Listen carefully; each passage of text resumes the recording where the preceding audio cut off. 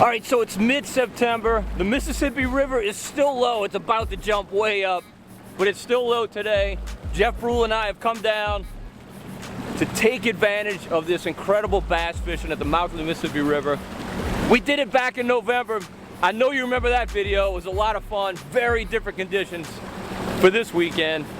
Really hot out here. I mean, there's no hint of fall at all in the air, but that river being low pulls those bass out of those backwaters, and the fishing can be just fantastic. We got a long run heading down river, but we're very optimistic of what the day holds. Gonna be flipping and pitching, at least that's the plan.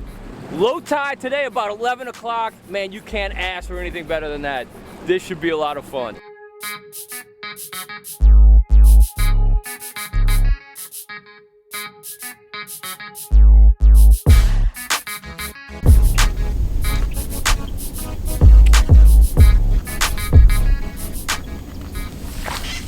Little one.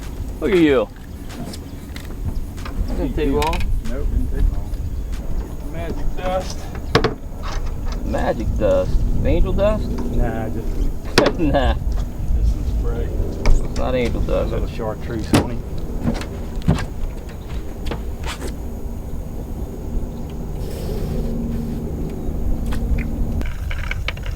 So this line, unfortunately, is red. You think I should tie a leader to it? Nah, red braid or? Yeah, it's red braid. Give it a try. Always pick up one of my rods if you got to. Well, at least it gives me an excuse. Yeah. I don't know, we're going to whack them today. We just got to find what bank they own and what they do.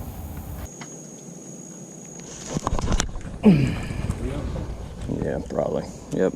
Chewed off my legs.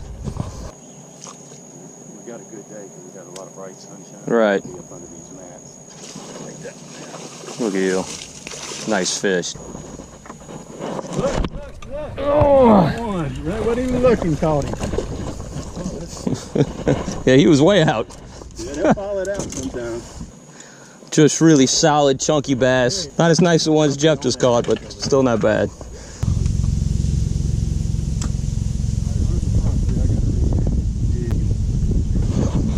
Oh, there he is. It's a good fish. Yeah, good quality little fish there. Yeah, he was right on that duckweed. Yeah. All right. All right. All right. So I'm using a Zoom Z-Hog, and Jeff is using a Power bait sugar craw. Power Bait Chigger Craw. Now the reason I'm using the Z-Hog, it's not because it's a bait that's known far and wide to produce bass in Venice. It's not because it's my favorite bass bait. It's the one I always reach for when I go into my tackle box. It's actually quite the opposite. I hate this bait. I absolutely hate it. And Jeff recommends when you come to Venice, you use all the stuff in your tackle box that you bought on a whim, used it once or twice, and you don't like it because it just doesn't matter down here. These fish are so unpressured that they hit just about anything. And you definitely want something with some heft to it because some of these fish are really nice. You want to definitely try and catch the biggest fish you can. And this has that. It's a big chunky bait. And so far, so good. I got no reason to complain or change. Doing good. We got 6 in the pot.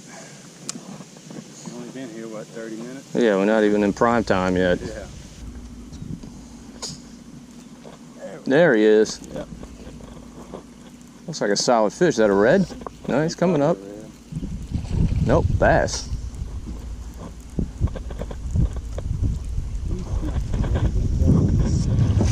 Oh yeah, that's a good fish. Yeah. So you come to Venice to flip and pitch and punch these lilies along these canes, but that doesn't mean that's the only way you can catch them down here. Jeff a lot of times likes to get on points and throw spinner baits, and that's what we're doing right now, and it's produced a couple of fish. So Jeff, what do you look for to throw a spinner bait? What are you throwing those on? You're looking for a point, maybe if it's got an extension that comes out 3 or 4 foot and drops off into the bayou or the canal.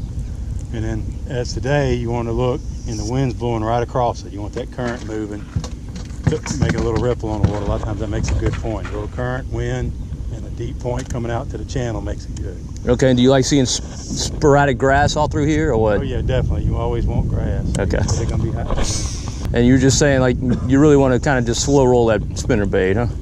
And these fish have so much to eat down here, you don't want to get too aggressive with your presentation, because they'll just pass on your bait, wait for the next shrimp to swim along. Okay. Just get the spinnerbait across this pocket into that point over there, and then go up that point. Say it again. Do what now? Fish your spinnerbait up through this pocket. Okay. The channel comes back through there. Okay. There he is. Yeah. Yeah, I'm just kind of slow retrieving this Z-crawl. Go in the spinnerbait.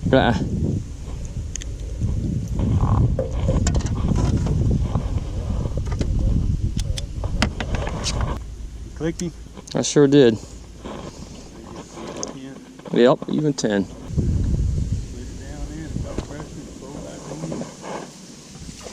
Just like that?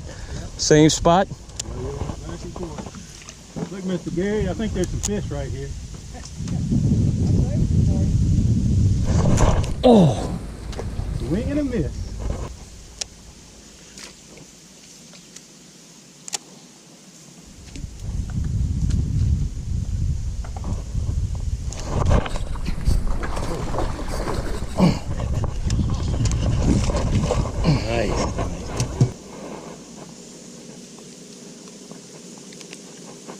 All right, so in a lot of places, people would release a bass this size. It's probably a 1.25 pound fish, not a giant, but here in Venice, there's so many fish.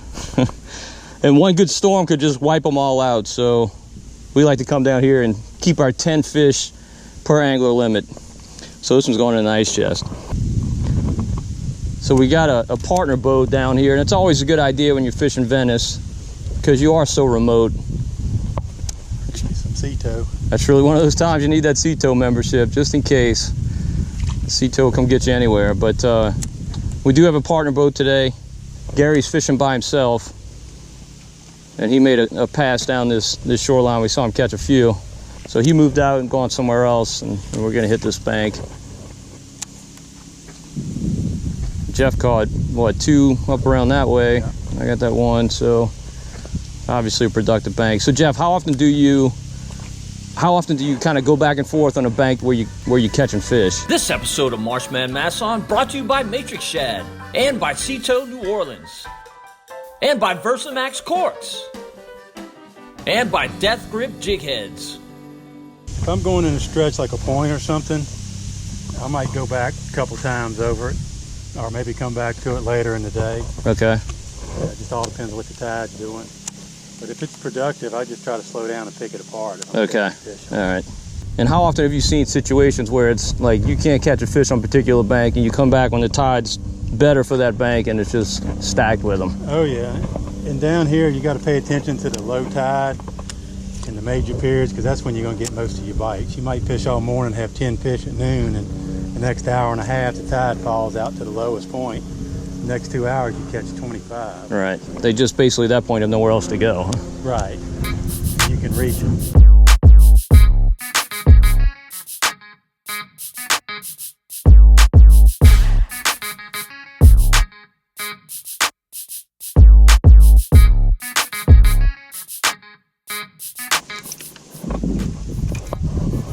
Fish on? Out in the middle here, huh? Off the bank. Yeah, probably a little run out right there.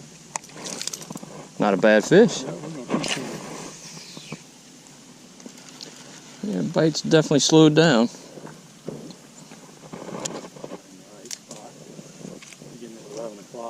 Yeah, should be prime time.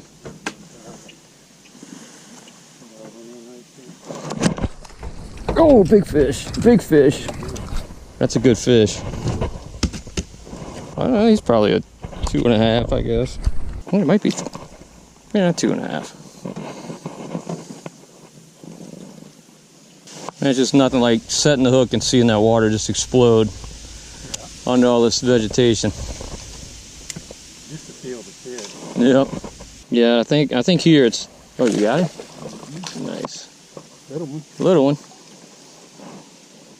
Good fish. Not terribly little. Oh, I'll probably keep him. Yeah, I keep him.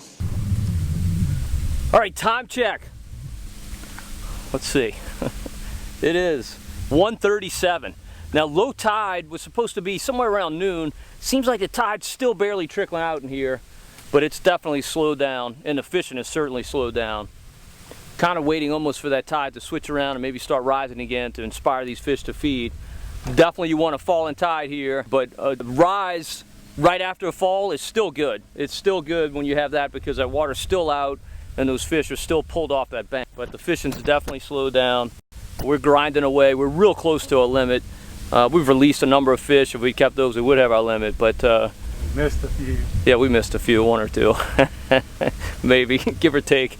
But we're going back to the area that we started this morning in. We haven't hit that again since this morning. Hopeful that some fish are still there and we can round out our limit here. But not a whole lot longer we're going to be fishing. It is really, really hot out here, but very, very good day. Very successful. It's kind of what you expect for Venice this time of year with these conditions. Now listen, the Mississippi River is about to have a really, really big jump. It's about to just go sky high. A bunch of rain in the Midwest, all coming down here. We're hopeful that it gets low again this fall. Don't waste your time coming out here when the river is up. It can be really tough. Check the gauge at New Orleans and wait till it falls below 5 feet, and that's when you want to come down here. And Jeff just missed one. Was that a brim? Brim. Brim. Yeah, we get torn up by the brim. Definitely our creature baits are having all their appendages bitten off. But we're running through some baits. So if you come, definitely bring a lot of extra baits and wait till that river falls below 5 feet in New Orleans and it'll be crazy again. And hopefully it'll be a lot cooler by then. Right. Oh, there you go. There you go. Oh, we got all right. That's a good fish too. Nice. Good solid chunk. Yep. We'll take him. Uh-oh. Uh-oh. Dude, nice fish. Yep.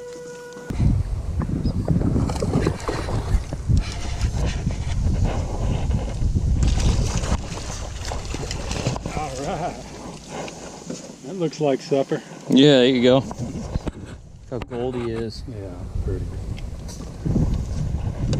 Yeah, them brim bite funny. That was funny. Yeah, I would have bet money it was a brim. You know, Red's only thumping. He didn't. Yeah.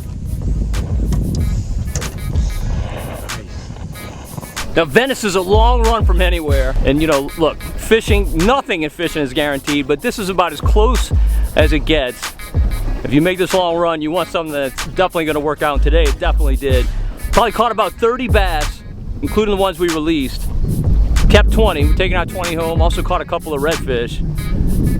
Probably actually a slow day by Venice standards. That's how good it is down here. A 30 bass day is a slow day. But hey, we'll take it, no question about it. We caught some really, really nice fish. They get them down here up to 6 or 7 pounds. We didn't catch anything like that, but we did have fish maybe pushing 3 pounds, somewhere in there. And when you pull them up through those lilies and they explode and you get wet and muddy and grassy, you know, it's just incredible. It's an incredible feeling. It's a great way to fish. Jeff and I were talking about it earlier. For both of us, it's our most fun way of catching bass. And I know that's true for Gary as well. He's over here trying to whack some still. But that's it, we're gonna call it a day. We're tired and hot, ready to get into some AC. So we're gonna make the long run back upriver, and we're feeling good about ourselves. All right, if you enjoyed the video, please give it a thumbs up. Also subscribe to the Marsh Man Masson channel on YouTube, and leave a comment in the comment section below. Let us know, what are you doing bass-wise? Are you catching fish? Man, it's been so hot, it's hot across the entire nation. Has that impacted your ability to catch bass? I'm looking forward to October, I know that. Ready for some cooler weather. But let us know what's going on in your neck of the woods. And until next time, if we don't see you in the marsh, we'll see you right here on Marsh Man Masson.